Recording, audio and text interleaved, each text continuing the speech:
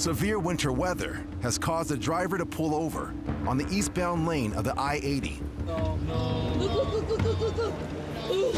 my God. A wise choice, Oh, considering what's going on in the opposite lane. A pileup of several semis is growing in size, and it's just getting worse. Some have abandoned their vehicles.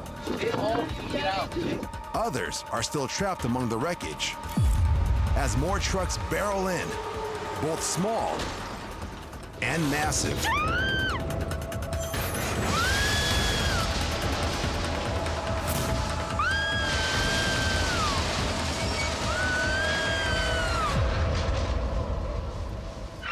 The motorist eventually stops recording to assist those fleeing the chaos.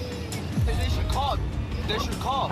By the time the road is finally shut down, roughly 100 vehicles are involved in the pileup. Dozens are injured and brought to a nearby hospital. 3 people do not survive.